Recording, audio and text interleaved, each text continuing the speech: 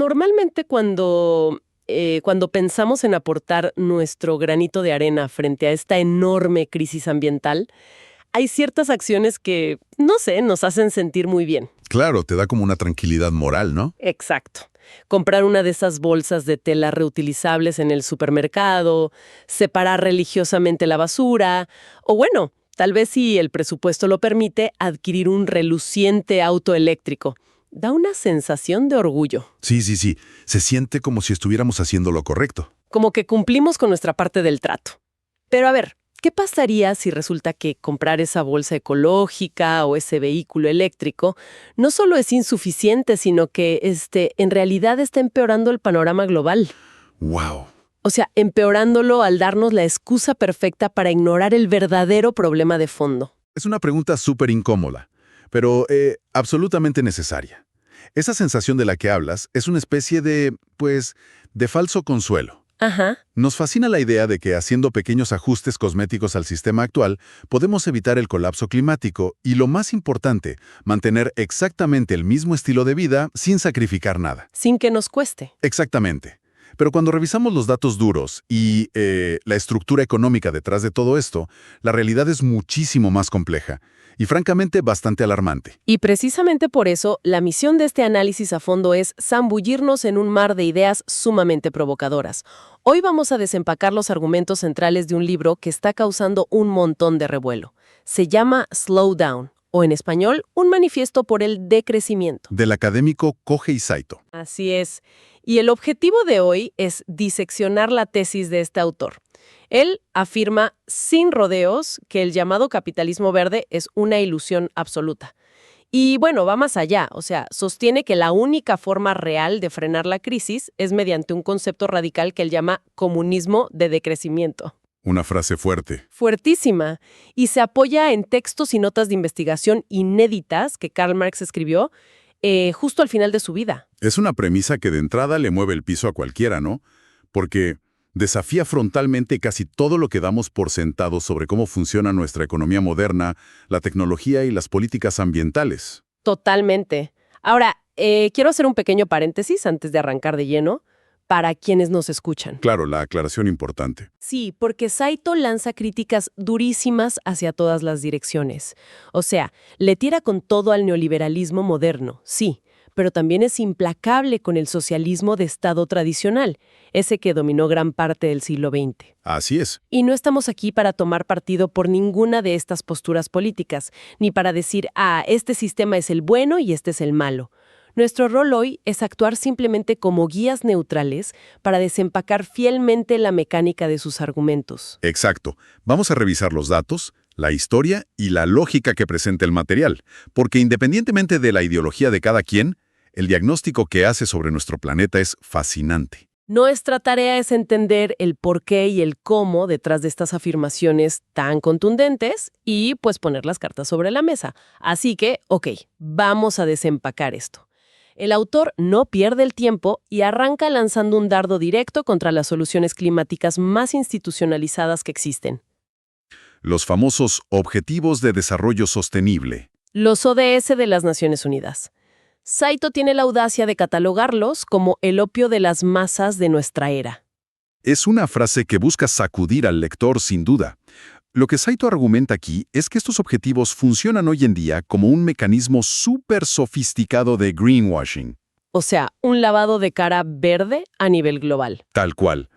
Los ODS nos permiten como sociedad sentir que tenemos un plan moralmente aceptable, que estamos, digamos, progresando hacia una meta. Pero en la práctica no alteran en lo más mínimo la maquinaria de producción y consumo masivo. Claro, son como, no sé, como indulgencias modernas. Buena comparación. Pagas un poco más por un producto con una etiqueta verde y eso alivia tu conciencia mientras el sistema sigue devorando recursos exactamente igual. Y para demostrar lo desconectado que está el sistema económico de la realidad física, el libro menciona algo que me dejó con la boca abierta. Habla del modelo del economista William Nordhaus. ¿Ah, sí? El premio Nobel. A este señor le dieron el Premio Nobel de Economía por desarrollar un modelo de costo-beneficio sobre el cambio climático. Pero agárrate, La conclusión de ese modelo es que, para no frenar el crecimiento económico mundial, el escenario óptimo sería aceptar un aumento de la temperatura global de hasta 38.3 grados Fahrenheit para el año 2100. Es una locura. Espera, o sea, le dieron un Nobel por un modelo matemático que básicamente dice, todo bien, dejemos que la casa se incendie con tal de que la economía siga creciendo. Así de crudo como suena. Y lo fascinante aquí es cómo revela la lógica interna de la economía tradicional y cómo valora el mundo. Ajá. El modelo de Nordhaus acepta este daño tan catastrófico porque, según sus fríos cálculos, destruiría principalmente al sur global, naciones enteras en África, Asia, América Latina. ¿Y por qué esto es aceptable para el modelo? ¿Por qué? Porque la agricultura, que es lo que más sufriría con ese calor extremo, representa solo el 4% del Producto Interno Bruto Mundial. ¡Wow! No, qué barbaridad. O sea, el modelo sacrifica la capacidad de cultivar alimentos, sacrifica poblaciones enteras y a los ecosistemas de medio planeta, simplemente porque en una hoja de cálculo su aporte al PIB global se considera estadísticamente insignificante. Exacto. No miden el valor de la supervivencia, miden el dinero. Y esto nos conecta de lleno con lo que el sociólogo Stephen Lessenich llama la sociedad de la externalización. Y el modo de vida imperial, ¿verdad? Ese mismo. El argumento es que el norte global, los países más ricos, viven en una abundancia desbordante no solo por su ingenio tecnológico, sino porque exportan, o sea, externalizan casi todos sus costos sociales y ambientales hacia el sur global. Claro, el libro da ejemplos brutales de esto. Menciona el colapso del edificio Rana Plaza en Bangladesh. Una tragedia terrible. Miles de trabajadores murieron aplastados en fábricas que hacían ropa para sostener el ritmo frenético del fast fashion en Occidente. Sí. O, bueno, pensemos en la tecnología verde. La extracción masiva de litio en Chile, que está secando el agua subterránea de ecosistemas enteros y matando a los flamencos. Y todo para que tengamos baterías limpias. Limpias entre comillas, claro. Exacto. Y ni hablemos del cobalto en el Congo, extraído a mano muchas veces por niños. Y ese es el núcleo de este modo de vida imperial. El éxito de este sistema radica en volver todo ese sacrificio completamente invisible. Se desplaza geográficamente el sufrimiento y la destrucción para que, el consumidor final pueda ir a un concesionario, comprar su auto eléctrico y sentir que está salvando el planeta. Sí, hay una desconexión diseñada estructuralmente entre el producto final y la realidad de su producción. O sea, es básicamente el escenario del peor vecino del mundo. A mí se me ocurre llamarlo la falacia de los Países Bajos. A ver, cuéntame esa analogía. Es como presumir que tu casa es la más limpia, la más ecológica y reluciente de todo el barrio. Pero la única razón por la que está así es porque todas las noches barres tu basura tóxica por debajo de la puerta y la tiras directamente en la sala de tu vecino del sur. Totalmente. Te aplaudes por tu limpieza, ignorando por completo el desastre venenoso que tienes ahí al lado. Es una analogía fantástica para entender cómo operan las cadenas de suministro globales. Pero claro, llega un punto en que la sala del vecino ya no tiene más espacio para recibir basura. Ya no hay dónde esconderla. Exacto. Y cuando la gente empieza a notar que los recursos se agotan y el clima colapsa, el sistema nos presenta su siguiente gran carta de salvación. ¿Qué es la tecnología? Ah, claro, la fe ciega en Silicon Valley. Así es. La promesa de que la innovación tecnológica nos permitirá seguir consumiendo y creciendo económicamente para siempre sin destruir el planeta. Pero aquí es donde Saito mete el freno de mano y desarma esa esperanza haciendo una distinción fundamental entre desacoplamiento relativo y desacoplamiento absoluto. A ver, explícanos cómo funciona esta diferencia, porque parece ser la trampa principal de todo esto. Es crucial entender esta diferencia para no caer en ilusiones, ¿eh? El desacoplamiento relativo es algo que sí ocurre. Ok. Significa hacer las cosas de manera más eficiente. Por ejemplo, inventar un motor que gasta un 20% menos de combustible por cada kilómetro recorrido que, digamos, un motor de hace 10 años. Eso es eficiencia tecnológica. Hasta ahí vamos bien. Suena positivo. Lo es. Pero el problema es que la crisis climática no requiere solo eficiencia, requiere que las emisiones caigan a cero. Y ahí entra el desacoplamiento absoluto. ¿Qué es lo complicado? Mucho más. Esto significaría que la economía global en su conjunto pueda seguir creciendo indefinidamente, año tras año, mientras que al mismo tiempo el uso total de recursos materiales y las emisiones caen absolutamente a cero. Ya. Johan Rockström, que es un científico de primer nivel, el creador del marco de los límites planetarios, advierte que el crecimiento verde, lograr este desacoplamiento absoluto a la escala necesaria, es simplemente una quimera. No existe. No hay evidencia empírica de que esté sucediendo a nivel global. Pero, a ver, ¿y por qué no sucede si nuestra tecnología es cada vez más avanzada? El libro tiene una respuesta para esto que me pareció alucinante. La paradoja de Jevons. Yo no conocía este concepto, pero fue propuesto en 1865 por un economista llamado William Stanley Jevons, observando el uso del carbón. Sí, un clásico. Y básicamente plantea que hacer una tecnología más eficiente no reduce el consumo total de un recurso, sino que lo dispara. Exactamente. Es contraintuitivo, lo sé, pero muy real.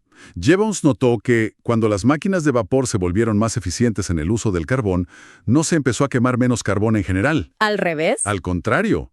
Como la energía era más barata y eficiente, se inventaron 1000 usos nuevos para esas máquinas. La industria se expandió y el consumo total de carbón se disparó por los cielos. Y esto lo vemos hoy todo el tiempo. Pensémoslo con los televisores.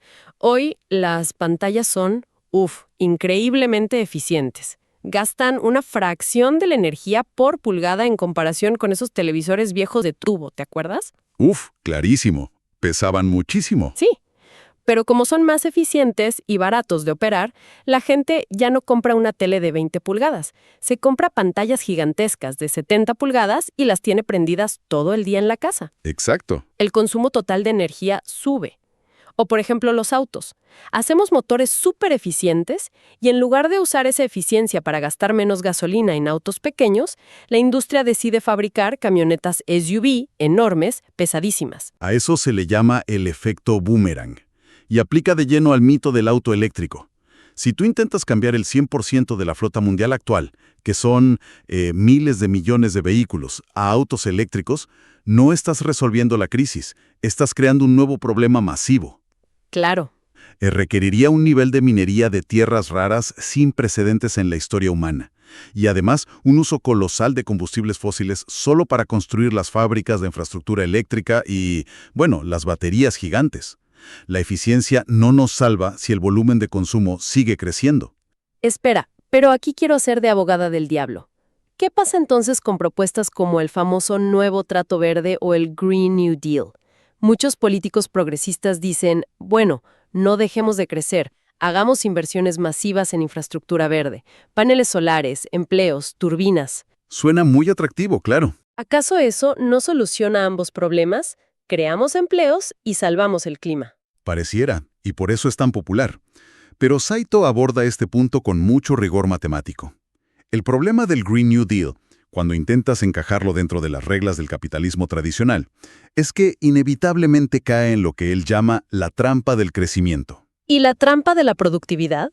¿Cómo funcionan esas trampas? Pues mira, bajo el sistema actual, para que haya empleo y las deudas se puedan pagar, la productividad y la economía tienen que crecer constantemente. Ajá, la regla básica del capitalismo. Exacto. Pero vivimos en un planeta que es termodinámicamente finito. Imagina esto. Si logramos que la economía global crezca a un modesto 3% anual, por el simple efecto compuesto, la economía duplica su tamaño cada 20 y tantos años. O sea, el doble de fábricas, el doble de todo. El doble de todo.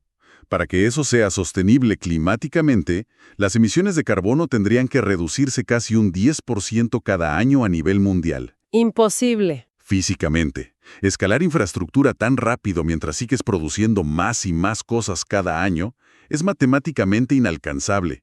Terminas devorando los beneficios de la eficiencia por culpa del crecimiento perpetuo. Ok, entonces si la eficiencia tecnológica nos engaña y el crecimiento infinito es físicamente imposible, el autor dice, pues tenemos que buscar en otro lado. Y hace un viaje en el tiempo para consultar al mayor crítico del capitalismo, a Karl Marx. ¿Sí? Pero, y aquí la historia da un giro casi de novela de misterio. El Marx que descubre no es para nada el tipo que la mayoría de nosotros tenemos en mente. Así es. Todo esto sale a la luz gracias al Proyecto Mega. Para quienes no lo conocen, el Mega es un monumental esfuerzo internacional de académicos que lleva décadas intentando recopilar, traducir y sobre todo descifrar la pésima caligrafía de las obras inéditas de Marx y Engels. Que dicen que era terrible su letra. Ilegible casi. Y resulta que en esos cuadernos de notas de sus últimos años de vida, que durante mucho tiempo se consideraron apuntes irrelevantes, se esconde lo que los académicos llaman una profunda ruptura epistemológica. O sea, un cambio de chip total. Es decir, un cambio radical en su forma de entender el mundo, ¿sí? Porque, a ver, el Marx que todos estudiamos de reojo en la escuela, el llamado joven Marx que coescribía el Manifiesto Comunista, era un tipo obsesionado con la producción. Muy productivista. Era lo que hoy llamaríamos un productivista y bastante eurocéntrico. Él creía que la tecnología capitalista y el dominio de la naturaleza llevarían a la liberación. Pensaba que la clase trabajadora simplemente tomaría el control de las fábricas y ya está. Exactamente. Esa era la visión tradicional. Pero el Marx maduro, el que escribe El Capital, y sobre todo el que investiga en sus últimos 15 años de vida, hace un giro de 180 grados. Empieza a leer otras cosas. Sí, empieza a obsesionarse con disciplinas que no tenían nada que ver con la economía política clásica. Lee sobre geología, biología y muy en particular a un químico alemán llamado Justus von Liebig. Y Liebig es clave aquí, ¿verdad? Mm. ¿Qué fue lo que leyó que le voló la cabeza a Marx? Liebig estaba estudiando la química del suelo y estaba horrorizado viendo cómo la agricultura industrial capitalista moderna estaba literalmente robando los nutrientes de la tierra. ¡Wow! Para maximizar las cosechas a corto plazo, dejaban el suelo estéril. Al leer esto, Marx se da cuenta de que la ecología es inseparable de la economía y desarrolla un concepto brillante que es la teoría del metabolismo entre la humanidad y la naturaleza. Me encanta este concepto. Y el problema es que el capitalismo crea una fractura metabólica, un metabolic rift. Así es.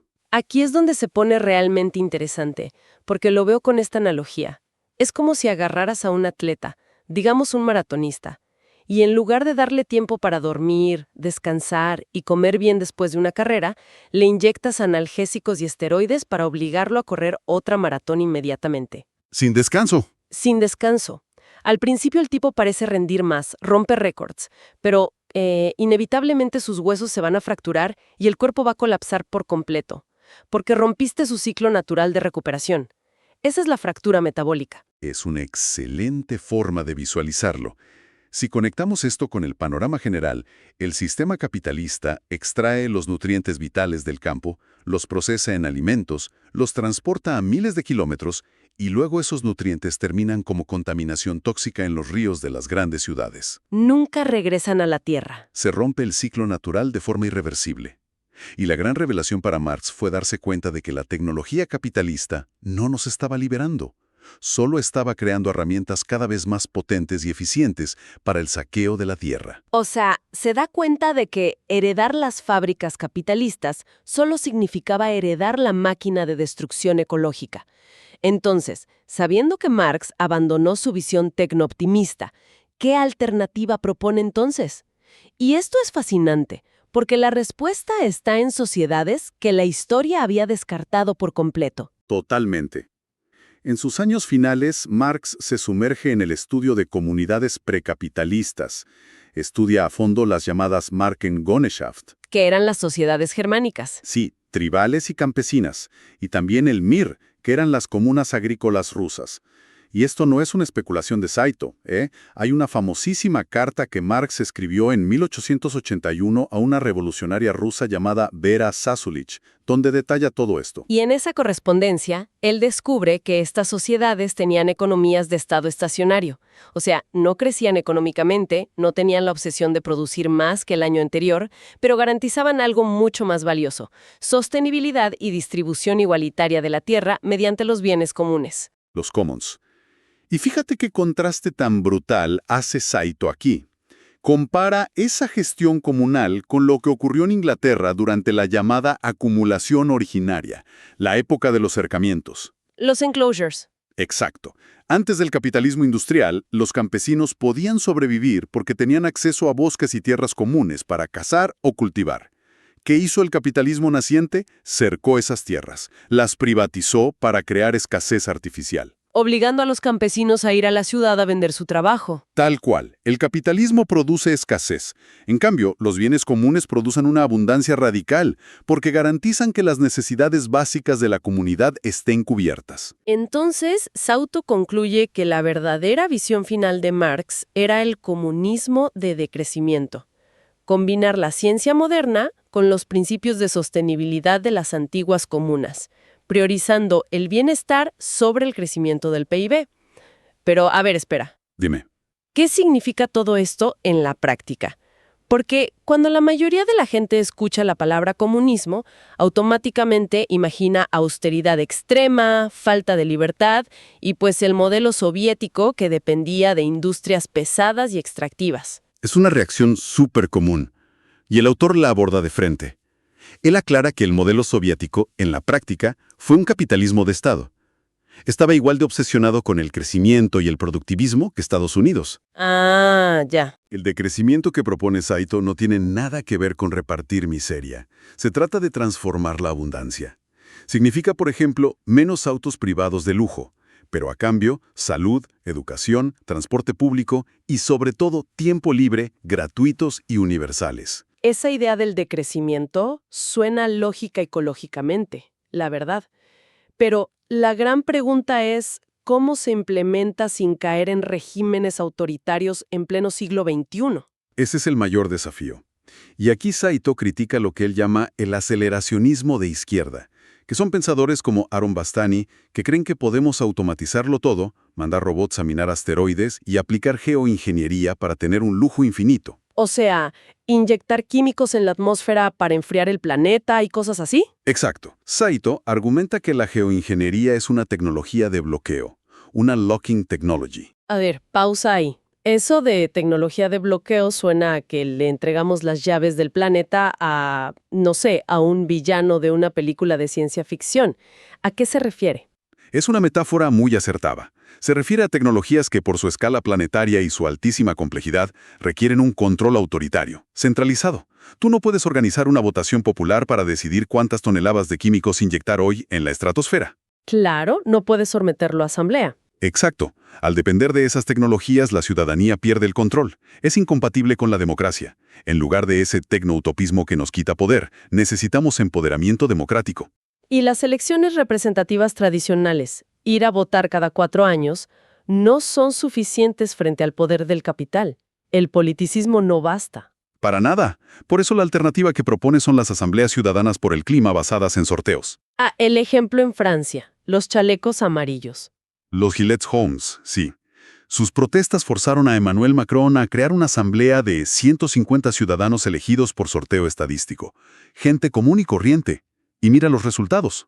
Formularon propuestas radicales, ¿verdad? Radicales de verdad. Prohibir vuelos cortos que pudieran hacerse en tren, crear impuestos a la riqueza para financiar la transición y hasta tipificar el crimen de ecocidio. ¡Wow! Esto plantea una pregunta importante, porque, a ver, ¿qué pasa cuando le quitamos el monopolio de las decisiones a la élite financiera y a los expertos de Silicon Valley y permitimos que la ciudadanía común diseñe su propio futuro? Resulta que la gente no es egoísta, solo necesita el poder para decidir.